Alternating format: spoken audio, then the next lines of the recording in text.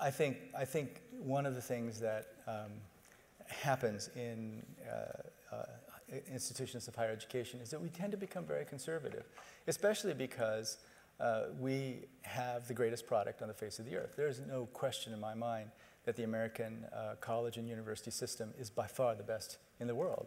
And so it's hard to tackle something like the great, 240-year-old institution of Dartmouth and talk about we need to take some risks. We need to really think about how we can make ourselves even better.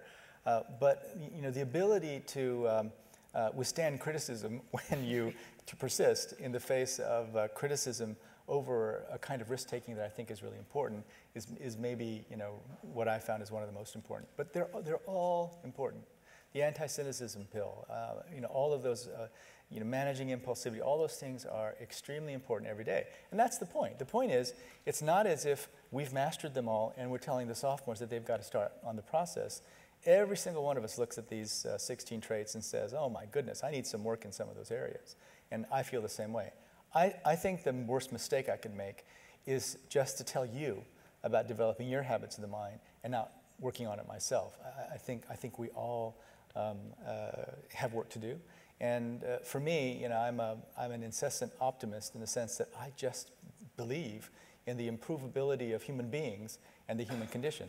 That's why I keep showing you that John Sloan Dickey comment all the time. And that's what you're here for, and that's what we're here to help you do. Yeah. Optimism has to be a really important habit. Well, let me go further, Carol. I would say this. One of the discussions I had with Tracy Kidder, Tracy kept saying, you guys are so optimistic, and every piece of evidence suggests that you should be pessimistic. People are poor, people are dying of hunger, and yet you guys are optimistic about what you can do.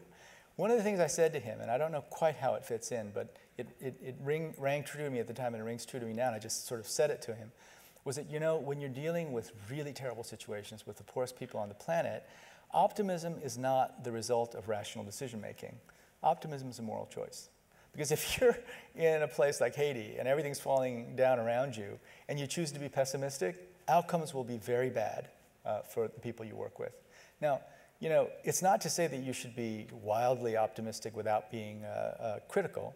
The Italian philosopher Antonio Gramsci used to talk about a pessimism of the intellect, but an optimism of the spirit.